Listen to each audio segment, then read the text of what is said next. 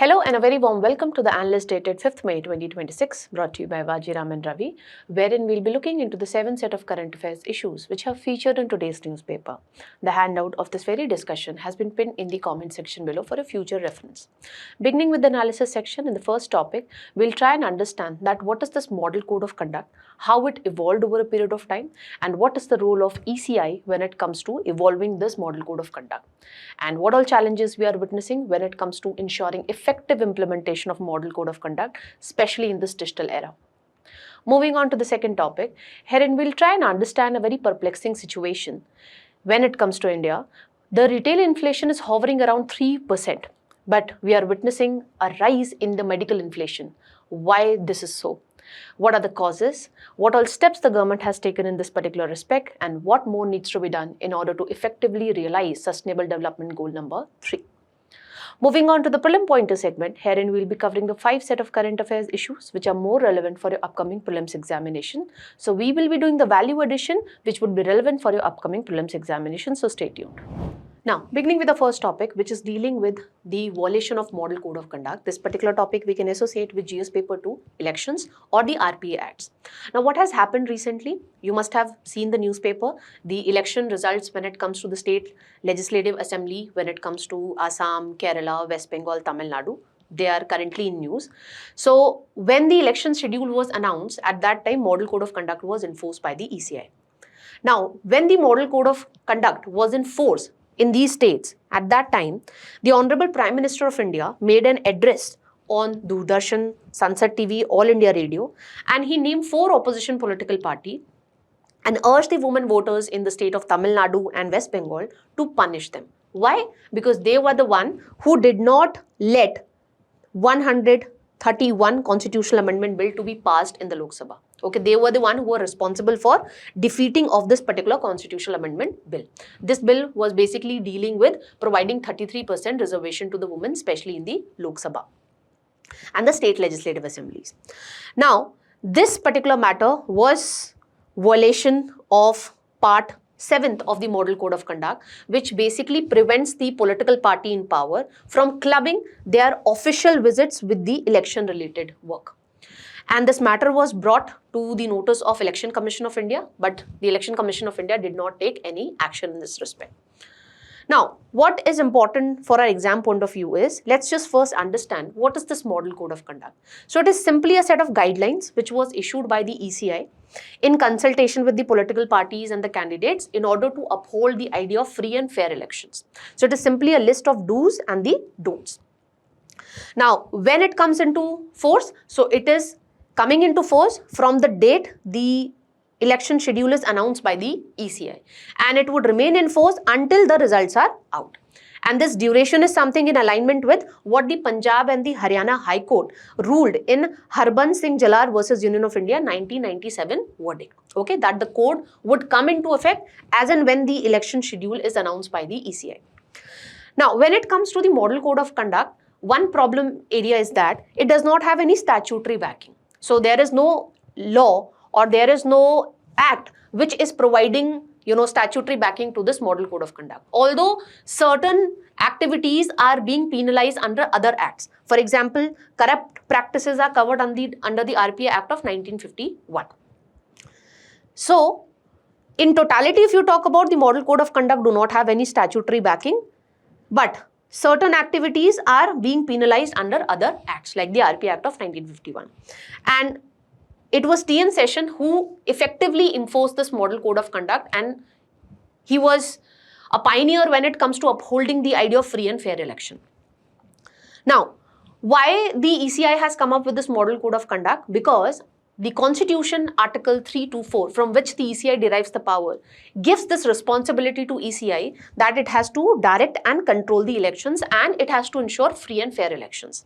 And this is what the Supreme Court also ruled under the Mohinder Singh Gill versus Election Commission of India case 1978, that Article 324 of the Indian Constitution is a reservoir of power which enables the ECI to act wherever the parliament has not legislated. And that is the reason ECI has come up with the Model Code of Conduct, okay, to ensure free and fair election. One more thing that you need to make note of is that what happens if a political party violates the model code of conduct?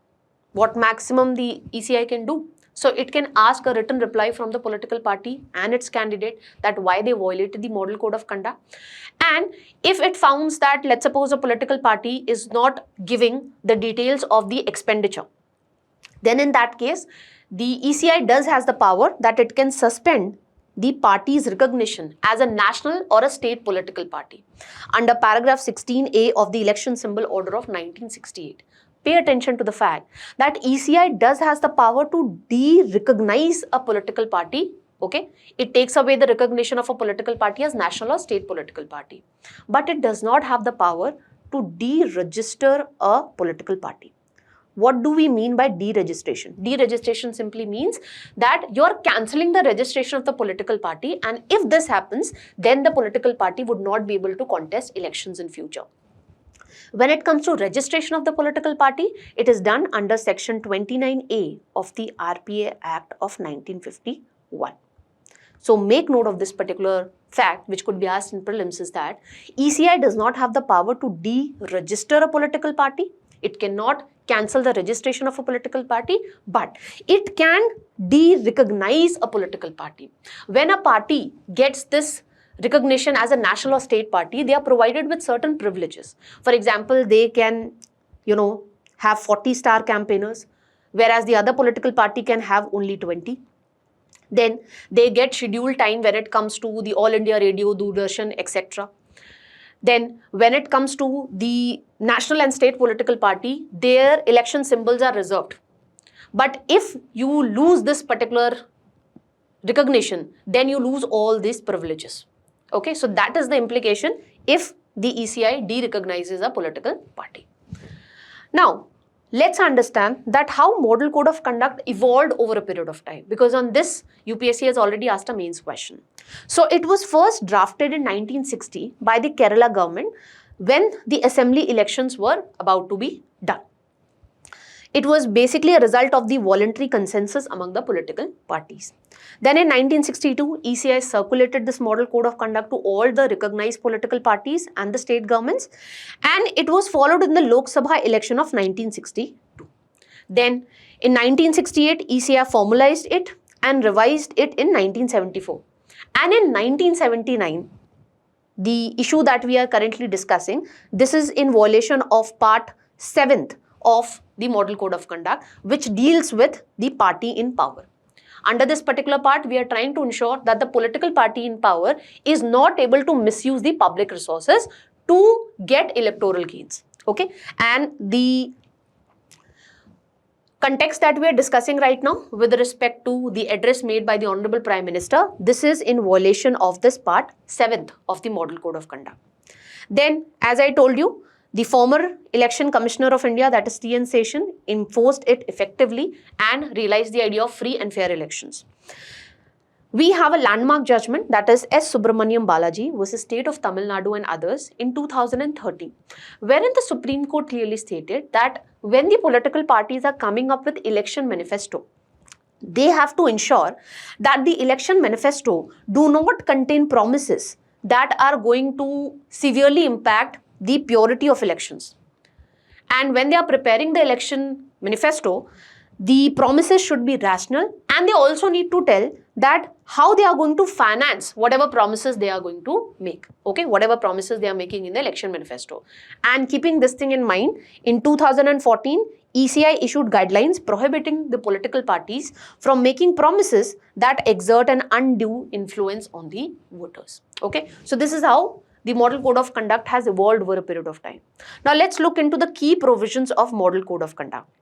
So when it comes to the general conduct, it has been advised to the political parties and their candidates that you don't engage in such activities which can promote enmity, okay, among different castes, among linguistic groups, or it can create tensions among different caste, religion, or linguistic communities. Bribery, intimidation of the voters, impersonation should be avoided, especially during the 48 hours before the conclusion of the elections.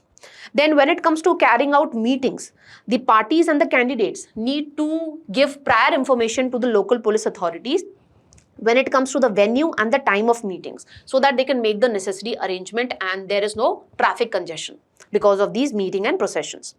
When it comes to processions, the time, starting point, route and terminating point, all this needs to be conveyed to the respective authorities so that, the police authorities and the traffic police could effectively plan the event. And organizers must ensure that the procession does not cause obstruction to traffic or public movement. They are not allowed to carry the effigies of other political parties or leader, and burning such during the demonstration is strictly prohibited. Then on the polling day, candidates and the parties shall cooperate with the election officials so that the election procedure could be carried out peacefully. Distribution or consumption of liquor is prohibited during the silence period of 48 hours before the conclusion of the polls. Then when it comes to party in power, ministers shall not combine their official visits with the election work, because this would amount to misuse of the public resources and the official machinery for election purposes. Public spaces and government facilities shall not be monopolized by the ruling party, and other parties should also be given this opportunity that they can also use the public resources. Okay.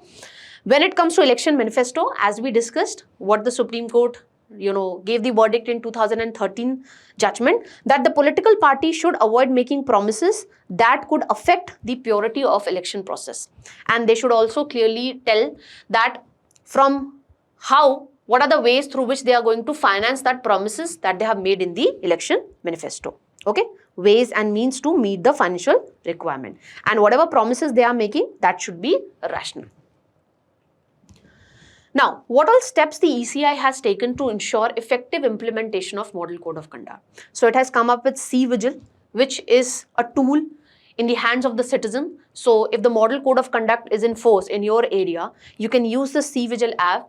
If you see that there is violation of Model Code of Conduct, you can directly report the incident in a real-time manner, and a flying squad would come to resolve your complaint within 100 minutes. This is taking the participation of the citizens in effective implementation of Model Code of Conduct, improving public participation. Then, Suvidha module. This is to ensure that the party in power is not able to misuse the official machinery to get electoral gains. And every political party should have a fair right to use the public resources. So under Suvidha module, what the ECI is doing, it has created a single window system for the political party wherein they can apply for use of public spaces. Okay. This is being done so that the party in power is not able to have this monopoly when it comes to use of public spaces. And when it comes to the Suvidha module, ECI goes with strictly first come first serve basis, preventing the ruling party from monopolizing the resources. This is in line with ensuring free and fair election. Then we have come up with the voluntary code of ethics in 2019.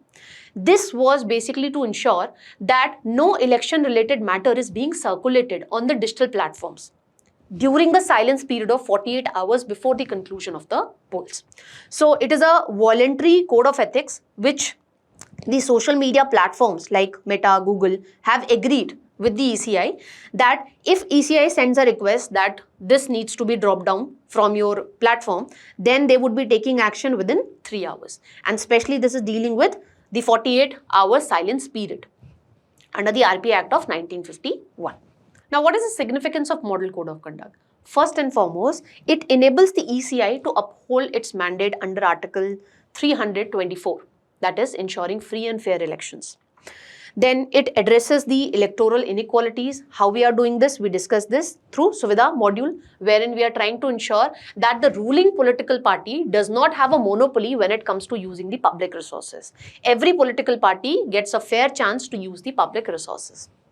Then it helps in ensuring and maintaining the social harmony even during the elections. How we are trying to ensure this? One of the direction which is given under the Model Code of Conduct is the political party candidates are not allowed to come up with the hate speech which can promote enmity between different caste groups, between different religious communities and linguistic communities. So that's how we are trying to ensure social harmony even during the election time period. Then it enhances the transparency and accountability. How we are doing this? We are getting the participation of the citizens in this when it comes to ensuring effective implementation of Model Code of Conduct through CVigil app. Then we also have this voluntary code of ethics, which we have with the social media intermediaries. All this is enabling us to ensure that the list that we have prepared under the Model Code of Conduct is effectively being followed. Okay? And every political party gets a fair chance.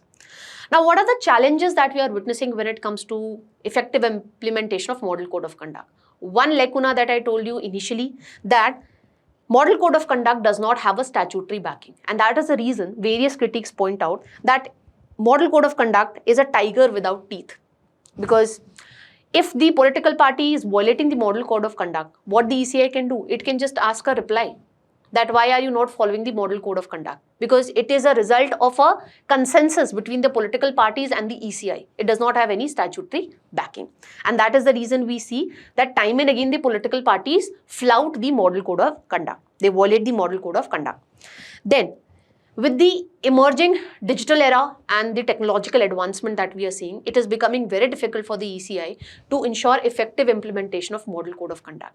Especially with the rise of encrypted platforms like the WhatsApp, it becomes difficult to ensure that hate speeches are not circulating during the election time period. And it is becoming very difficult to monitor the election related content which is circulating on the digital platforms, especially during the silence period of 48 hours. Then, it has vague clauses. What do you mean by purity of election process? It has not been clearly defined. So this leads to subjective interpretation of this particular term. Then, there are allegations of bias and delayed action, especially when a hate speech or violation of Model Code of Conduct is being done when it comes to the candidates who are associated with the ruling political party, or when it is done by the star campaigners. Usually we have seen that the Election Commission of India is not taking adequate action against them. And this is also one of the concern with respect to the current context that we are discussing. And it severely interferes with the governance, because once the Model Code of Conduct is in force, the political parties cannot announce any new schemes. Okay, so it severely hampers the governance also. Now, what more needs to be done to ensure effective implementation of Model Code of Conduct? First and foremost, we need to provide statutory backing to Model Code of Conduct. And this was something which was recommended by Dinesh Goswami Committee also, and by the Standing Committee on Personal Public Grievance Law and Justice also in 2013. Only then the ECI would be able to ensure effective implementation of Model Code of Conduct. Otherwise, until and unless you don't provide statutory backing, we will see that the political party would be flouting the Model Code of Conduct. Another issue that is violating this idea of free and fair election is the issue of paid news. What is this paid news? Nowadays, what we are seeing is media houses are becoming more and more, adopting a corporate culture. So, media houses are publishing those news articles for which they are getting some cash or some returns, okay, from a political party. Now, the news articles that they are publishing, they are not actually truth, but that news article is going to provide undue favor to a political party or a political party candidate. This is what is the instance of paid news. But currently, this paid news is not covered under the RPA Act. And that is the reason the Law Commission in 2015 has recommended that when it comes to paid news, this should be classified as a corrupt practice. Okay, under the RPA Act of 1951, this would give the necessary teeth, the necessary power to the ECI that it can take adequate action, especially against the rising instances of paid news. Then, when it comes to the silence period, which is mentioned under section 126 of RPA Act of 1951, this tells us that 48 hours before the conclusion of the polls, wherein the Model Code of Conduct is in force, in that area, any election campaigning should not be carried out on television or other such apparatus during 48 hours before the conclusion of the polls. But the problem was, in the rising digitalization era, the political parties were carrying out the election campaign on social media, which was not effectively covered.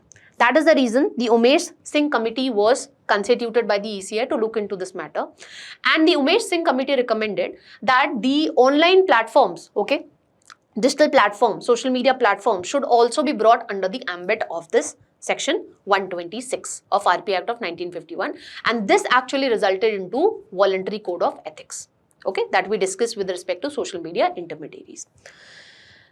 So effective implementation of this needs to be done, and when it comes to voluntary code of ethics, it is just based on consensus between the social media platforms and the ECI.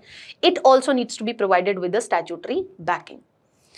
Then we need to set up fast-track election tribunal so that it can deal with the cases related to violation of model code of conduct. And we need to ensure effective autonomy of the Election Commission of India, because currently when it comes to the Election Commission of India, it does not have an independent secretariat, and when it comes to the expenditure related to the Election Commission of India, it is not charged upon the Consolidated Fund of India, unlike CAG and UPSC. And that makes it vulnerable to influence from the executives.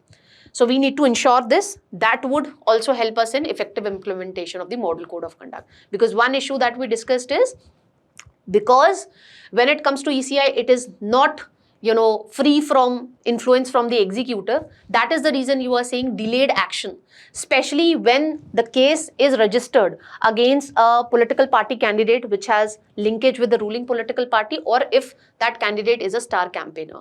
In such cases, the ECI is not taking action in time. That is the reason it becomes utmost importance that we give the autonomy to the ECI.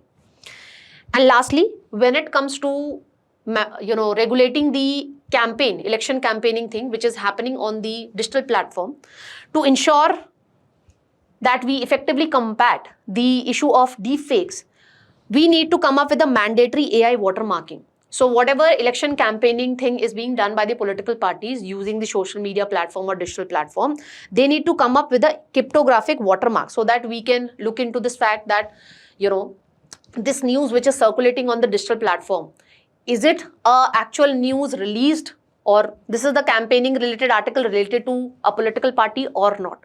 Okay, we can check the authenticity and we can effectively counter the deepfakes, because deepfakes do have immense power to influence the voters. Okay, so all these steps needs to be implemented effectively. Now, as I told you, UPSC has asked a question on this particular topic. So based on the discussion that we have, please try and attempt this PYQ also, and also try and attempt this practice question that I framed for you. With this, let's move on to the next topic. Now, the second topic is dealing with medical inflation in India. This particular topic we can associate with GS paper 2, issues related to health. Now, the perplexing fact is that this year economic survey points out that the health inflation is in control. It has actually slowed. It was 3% in December 2025 from 6% in 2023.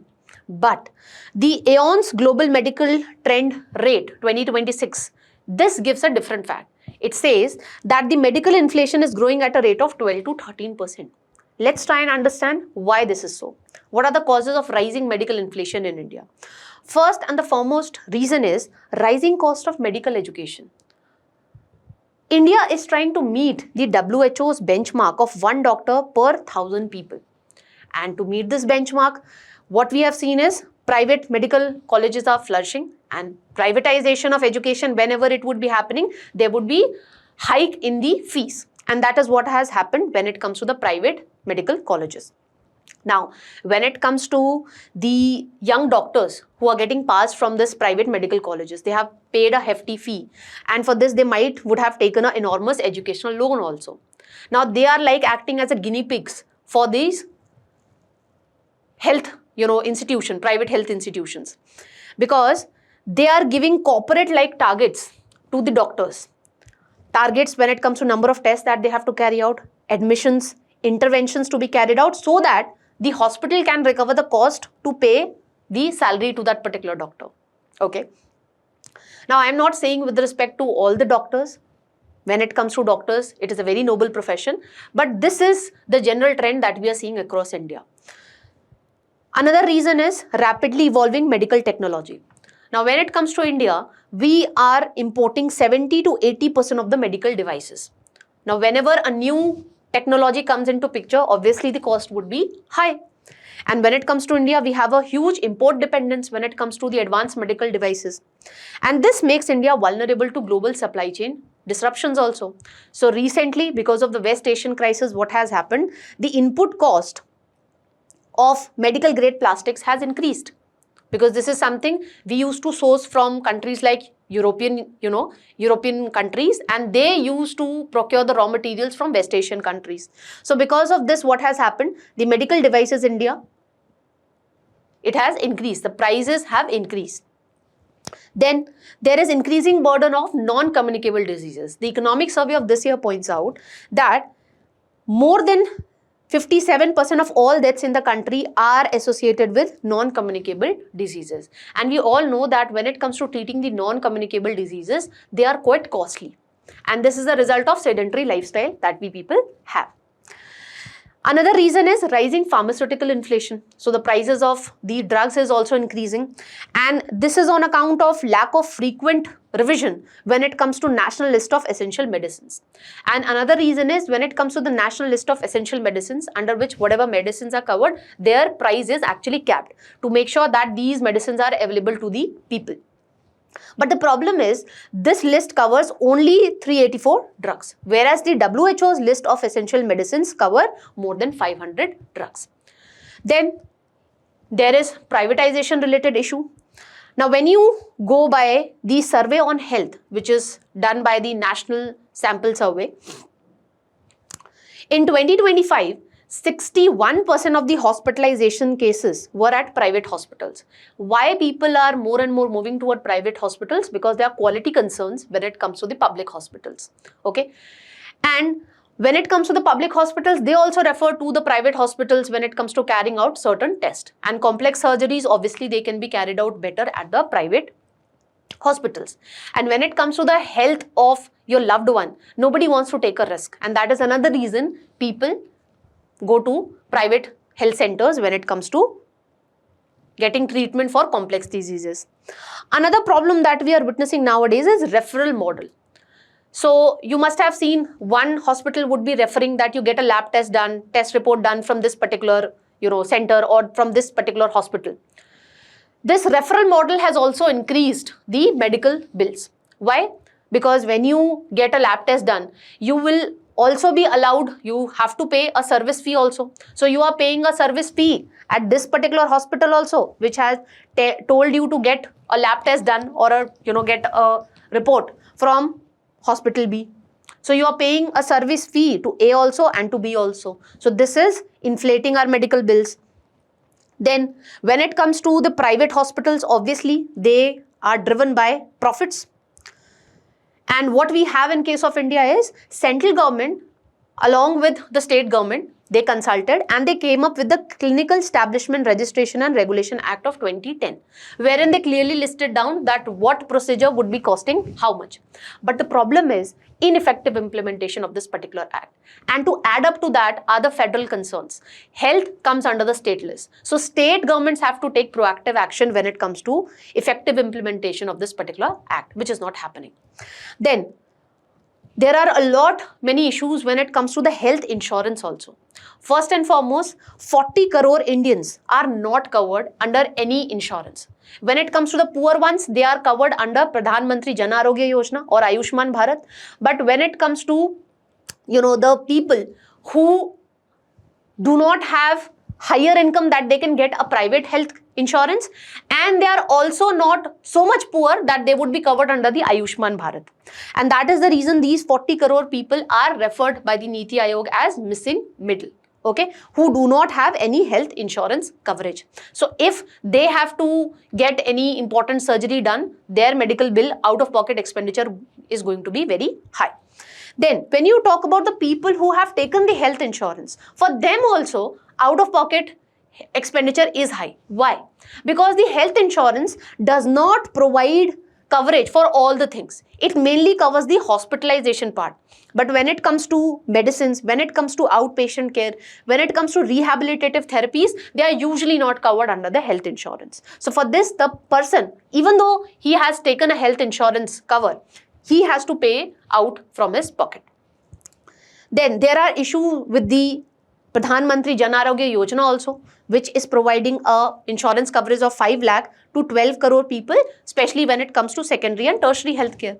The problem is the claims are getting rejected and the private hospitals are not, very welcoming to the people who are covered under this Pradhan Mantri Jan Arogya Yojana, because they feel that the rates are very low. Okay, and there is lag in reimbursement also. Then there is pricing disorder, because we don't have any uniform framework that governs that, okay, this medical operation would be cost at this price.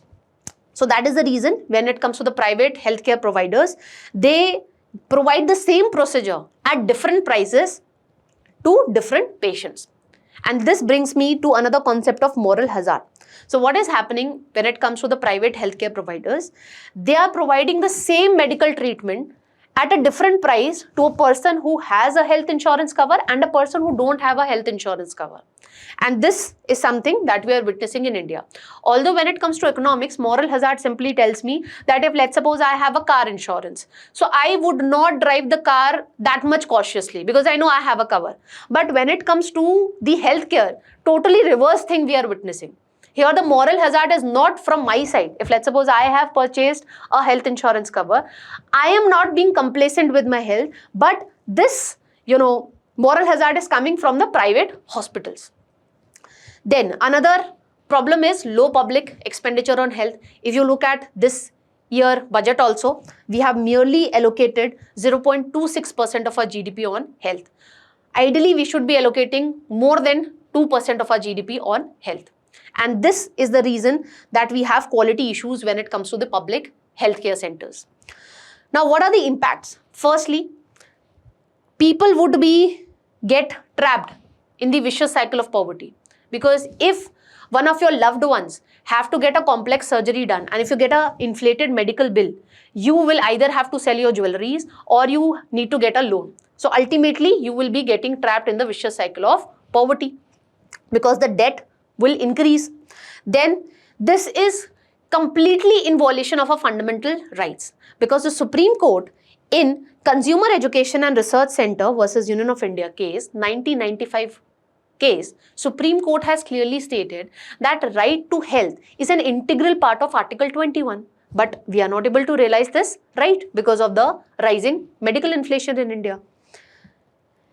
Then it makes it difficult to attain this idea of universal health coverage. What is this idea of universal health coverage? It simply tells us that the quality health services should be available to everyone, should be accessible to everyone, and the quality health services should be affordable for everyone.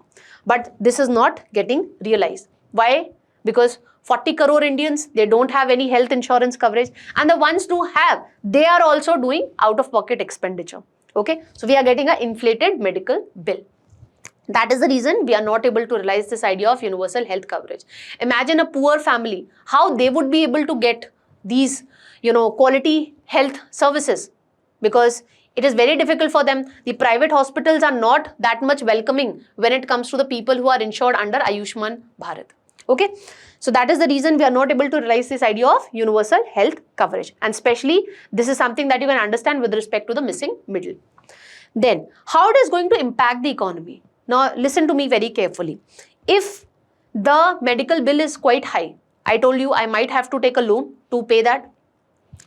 In that case, what would happen? My debt would increase. And if my debt increases, will I be able to save more? No, savings would go down.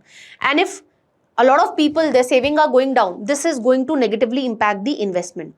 Another way that you can understand its impact on economy is that if the debt of people is increasing, okay, because they have to pay the inflated medical bill, ultimately their consumption expenditure is also going to go down. They'll not be able to spend more on other, when it comes to the other sectors. So that is going to negatively impact the GDP because India is a consumption-led economy.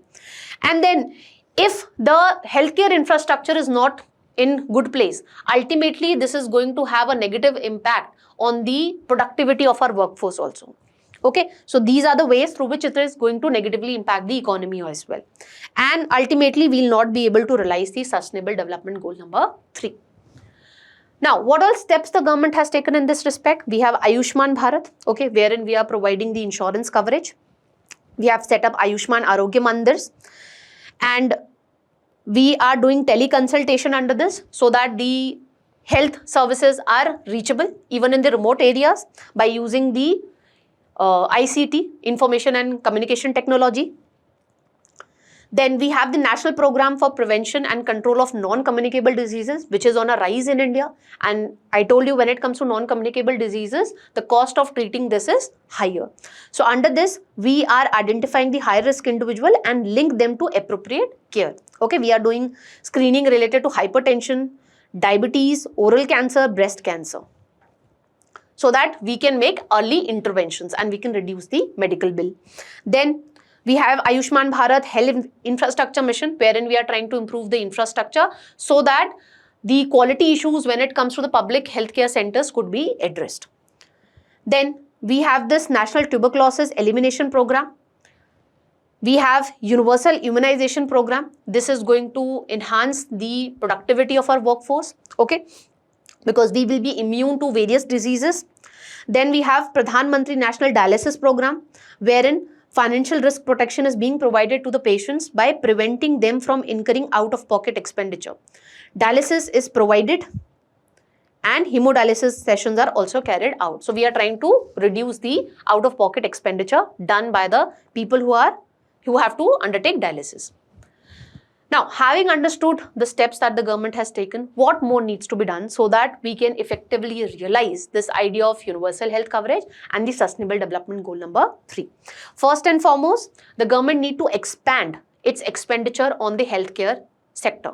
It needs to be around 2.5% of the GDP.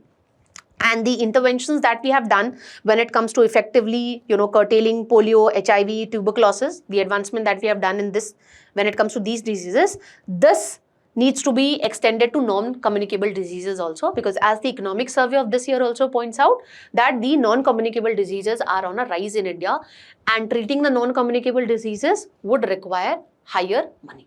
Okay, so the government should cover now the non-communicable diseases also. This would help in reducing the medical bills. Then we need to address the pharmaceutical inflation. For that, what we need to do, we need to expand the coverage under the National List of Essential Medicines. Okay, we can follow the WHO benchmark. More than 500 medicines should be covered, which are life-saving drugs, and frequent revision of this list should be done, so that to ensure that life-saving drugs are effectively covered under this particular list, okay, and they are sold at a price which is affordable to majority of the public in India. We need to address the regulatory gaps. We need to ensure effective implementation of this Clinical Establishment Registration and Regulation Act, which basically tells that, okay, this medical procedure would be cost at what rate.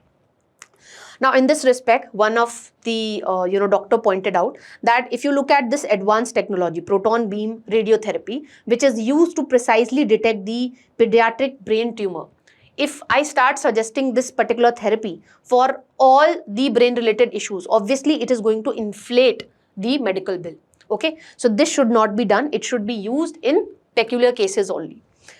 So when it comes to the government, they should clearly list down the test, the technology to be used at all stages of treatment, because what technology I'm going to use, it is going to be very crucial factor when it comes to deciding my medical bill. So the government should clearly list down that at what stage of a particular disease, what sort of test and technology should be used, so that we can minimize the medical bill. Not all sort of technology should be suggested at different stages, okay? And we also need to focus upon prevention also, especially when it comes to non-communicable diseases.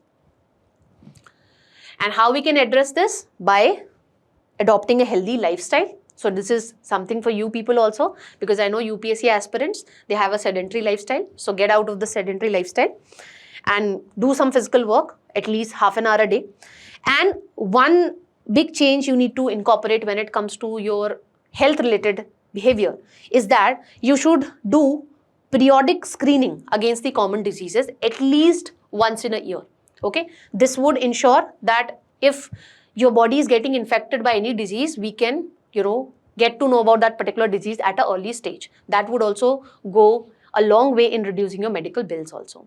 That's all that we need to know with respect to this particular topic. So based on the discussion that we have, I know that now you will be able to fairly address this particular question. So please try and attempt this particular question. With this, let's move on to the prelim pointer segment. Beginning with the prelim pointer segment, the first article is dealing with OPEC. Now, what has happened recently is UAE has exited from OPEC. This particular development is relevant from prelims perspective, that is events of international importance. Now, let's try and understand that why UAE exited from OPEC. The first concern was with respect to the production quota which OPEC fixed for UAE. Now, according to OPEC, what amount of crude oil the UAE could produce? So, it has fixed the quota at 3.4 billion barrels per day. But UAE has the potential to produce 5 billion barrels per day. So this was one area of concern. Then when it comes to OPEC, it is majorly dominated by Saudi Arabia, because Saudi Arabia, as you can see, it is world's top oil exporter. And that is why when it comes to Saudi Arabia, it is considered to be a de facto leader of OPEC. And Saudi Arabia was not allowing the increase of quota when it comes to UAE. Then conflict between revenue and price control. UAE preferred high production in order to maximize its revenue, whereas OPEC basically focused on limiting the supply in order to get higher prices. So this was another area of divergence. And UAE aimed to increase the production so that it can benefit from current high prices, which is a result of the Iran war which is taking place, instead of delaying the extraction. And UAE was of this particular opinion that since because of this Iran war, currently the prices of crude oil has increased, let's take the benefit of this particular opportunity. And why UAE was emphasizing on this thing? Because currently, because of the increase in price of the crude oil, ultimately what the countries would be doing? They would start searching for better alternative energy resources. Okay, so that is the reason UAE was of this opinion that let's make best out of this particular situation. Let's not limit the production of crude oil, rather maximize the production and get better revenue. And another point was reduce strategic relevance of OPEC also, because non-OPEC countries like US, Canada, Brazil, Norway, they are the one who are producing more crude oil. So the role of OPEC has gone down in the recent times. Now, what are going to be the implication of this particular move? First and foremost, it is going to weaken the OPEC. Why? Because UAE was OPEC's fourth largest producer, as you can see here. It was behind Saudi Arabia, Iraq and Iran. Saudi Arabia, as you can see, it is the world's largest producer. So UAE exit is going to roughly impact the OPEC's ability to cap the prices of crude oil. Okay, because UAE used to account for 11% of group's total production capacity. And UAE has basically followed the list of the countries which have earlier exited from OPEC. So that were Angola, which exited from OPEC in 2024, and Qatar, which exited in 2019. And this exit is going to mark the beginning of a gradual decline of OPEC's ability to control the prices of the crude oil in near future. What is going to be the impact on India? It is going to be favorable, because UAE is India's third largest trading partner and fourth largest crude supplier. Now, since UAE would be taking its decision independently, there are high chances that India would be able to get crude oil at a lower price, and hence India would be able to realize energy security in the near future. Although UAE has stated that it would be increasing its production in a phase-wise manner, okay, to maintain the market stability. Now, what is important from our exam point of view is, let's note down certain prelim facts related to OPEC. So, this organization of petroleum exporting countries, it was created to counter the Western multinational oil companies' influence, because earlier, before the OPEC came into picture in 1960, the Western multinational oil companies were the one which largely dictated the price which would be paid to the oil producing nations. So to counter the dominance of Western multinational oil companies, OPEC was established through Baghdad Conference in 1960. And another objective was to coordinate the production, policy of all the petroleum exporting countries and to get stable returns from that. Founding members were these five: Iran, Iraq, Kuwait, Saudi Arabia and Venezuela. Which are the member countries which are still a part of OPEC after the UAE exit? So it is Algeria, Congo, Gabon, Equatorial Guinea, Iraq, Iran, Kuwait, Libya, Nigeria, Saudi Arabia and Venezuela. And UAE formally joined this alliance way back in 1967. Its secretariat is located at Austria and its publication is World Oil Outlook. Let's note down certain prelim facts related to OPEC plus countries also. So it was created in 2016. Why? Because what was happening is US was increasing its shale oil production. So to counter this, OPEC plus was created, which is a coalition of OPEC countries plus 10 non-OPEC countries which are basically led by Russia. So which are the non-OPEC countries? So you have Azerbaijan, Bahrain, Brunei, Kazakhstan, Malaysia, Mexico, Oman, Russia, South Sudan and Sudan. And these OPEC plus countries, they pump around 40% of the world's crude oil. Okay, so these are the facts related to OPEC plus. With this, let's move on to the next topic.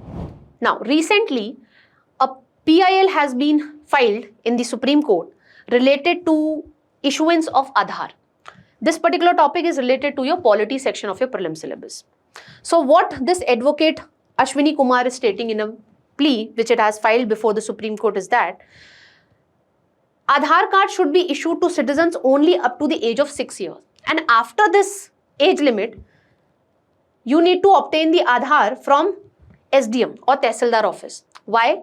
Why the suggestion has been given by this advocate? So that we can prevent the access to Adhaar by the infiltrators who are disguising themselves as Indian citizens. Because when it comes to the criteria that one has to meet to get the Adhaar is, you need to have a signed rental agreement and 182-day stay in one location. This is the statutory eligibility to get the Adhaar card. And we all know that Adhaar card is needed to get various government services also. Okay, it has become an entry document to obtain other documents also, for example, ration card, passports, etc. And advocate Ashwini Kumar is of this view that this is enabling the infiltrators to get access to Adhaar and this is enabling them to get access to other, documents also. So he has basically given this suggestion that the Unique Identification Authority of India should frame stringent guidelines. What are the guidelines? That Adhaar card should be issued to citizens only up to the age of 6 years and beyond this age, you should be able to get the Adhaar card only through SDM or Tehsildar office. And it has also sought that there needs to be display of this particular information at all the common services centers that Adhaar is only a proof of identity, it is not a proof of citizenship. Okay. Now, let's note down certain prelim pointers with respect to Adhaar. So, Adhaar is basically a 12-digit unique identification number which is issued by the Unique Identification Authority of India to every individual residents of India. It's not citizen, it is resident. And what is the condition of resident? We have discussed here. Now, it is a proof of identity which would be linked to individuals' biometric and demographic information. Adhaar program, this was launched in 2009 by UIDAI with the goal of providing a unique and verifiable identity to every resident of India. And now we all know that Adhaar has become mandatory to get different documents like ration cards. There was also a proposal that it needs to be linked with EPIC and Adhaar is being considered when it comes to the SIR exercise as well. Now, another initiative which is associated with Adhaar is the Scheme for Innovation and Technology Association with Adhaar. Now, it aims to develop cutting-edge technology so that we can secure the information that the government has under this Adhaar ecosystem. Okay, so we are trying to secure the Adhaar-based information that we have, authentication systems that we have against the emerging digital threats. And it was launched by UIDAI in collaboration with MITI, Startup Hub and NASSCOM. So when it comes to the startup hubs, it would be providing technical mentoring, incubation, accelerator support, and when it comes to NASSCOM, it would be offering industry connections, global outreach and entrepreneurial support. The program will launch with a pilot featuring challenges for the startups. Okay, so 3 kind of challenges have been created under this particular scheme. That is face liveness detector, so that the AI-driven software development kit is able to detect spoofing. spoofing via photo, video and mask. Then presentation attack detection, wherein the AI and machine learning based tools are able to do real-time detection of fake biometric inputs. And contactless fingerprint authentication. So herein the AI and machine learning based tools should be able to secure fingerprint recognition through smartphones or low-cost devices. So basically through these three challenges, what we are trying to ensure that if other person is trying to access my Adhaar detail, that person should not be able to do that. And this real-time detection that some other person is trying to get my information, that should be noticed by the AI based tools. Okay. So in face liveness detector, what we are trying to do, that somebody through photo or video mask is not able to access my Adhaar details. And then attack detection, herein we are ensuring that fake biometric inputs are not used to get access to some person Adhaar details, and similarly we are trying to do it with respect to fingerprint authentication. Okay, so when it comes to Adhaar, UPSC has asked a PYQ. So based on the discussion that we have, please let me know the answers in the comment section. With this, let's move on to the next topic. Now, recently what we are noticing is Russia is luring Africans to fight against Ukraine, and especially the recruitment is being done from countries like Kenya. Why it is happening? Why the African countries are a fertile ground for this thing? It is because the formal jobs are very less here and the youth population is growing at a very faster rate. And that is the reason the Russians are able to make false promises for jobs, and they are able to lure them, and they are pushing them into military services against Ukraine. This particular topic you can associate with the prelim syllabus, events of international importance. Now let's note down certain facts related to Kenya. So it is situated in the East Africa, and it is bisected horizontally by the equator. As you can see here in this particular picture, here is the equator and it is bisected horizontally. Capital is Nairobi, and Nairobi hosts the UNEP and UN Habitat headquarters as well. This is important from prelims perspective. When you look at the border nations, as you can see in the north, you have the South Sudan and Ethiopia here. Then in the east, you have Somalia and Indian Ocean. Then to the south, you have Tanzania, and to the west, you have here Uganda and Lake Victoria. Lake Victoria is the largest lake in Africa and a major reservoir of Nile River. The famous mountains that we have here is Mount Kenya. Here we have Mount Kenya, and you have Mount Elgon, which is near the Uganda border here. This. That's all that we need to know with respect to this particular topic. Let's move on to the next one. Recently, we have witnessed the outbreak of Hantavirus at a ship which is located at Cape Verde of West Africa. Now, let's note down certain prelim pointers with respect to this particular topic, because this becomes important from the health point of view. Now, when it comes to Hantavirus, they are basically spread by rodents and can be transmitted between people, but in rare cases. So, people to people transmission is very less in this case. People mostly become infected by this particular virus if they are exposed to rodents' droppings, saliva, urine, okay? And the name, why we have named it as Hantavirus, because it was first noticed at the Hatna River of South Korea in 1970s. And can it be fatal? The answer is, this Hantavirus can cause two types of illness. One could affect your lungs and one could affect your kidney also. So yes, it could be fatal. And what are the symptoms? So in the initial phase, you will witness flu-like symptoms like fatigue, fever. But after 4 to 10 days, you will witness coughing, shortness of breath, fluid in lungs appear. And when you talk about the treatment, do we have any specific therapy to treat this particular virus? The answer is no. We don't have any specific therapy to treat this particular infection. So how do we treat the patient then? By providing supportive care, including rest and fluids. That's all that we need to know with respect to this particular topic. Let's move on to the last topic of today's Analyst. Now, because of the West Asian conflict which is going on between US and Iran, what we are witnessing is the PMI figures have come down. This particular topic you can associate with the economy part of your prelim syllabus. Now, when you look at the manufacturing sector, therein the activity have slowed. It is the second lowest level in nearly 4 years. although the figures have improved if you compare it with that of March, but it is still lowest if you compare it with the 4-year figures that we have. Although currently the reading that we are getting is more than 50, which indicates that the economy activities are expanding. But if you compare it with the last 4-year figures that we are getting, in that respect, this Purchasing Manager Index is saying that when it comes to manufacturing activities, we have witnessed a slowdown. And the two largest subcomponent of this PMI is the new orders and the output. They rose in March, but the readings were still lower than what we witnessed 3.5 years ago.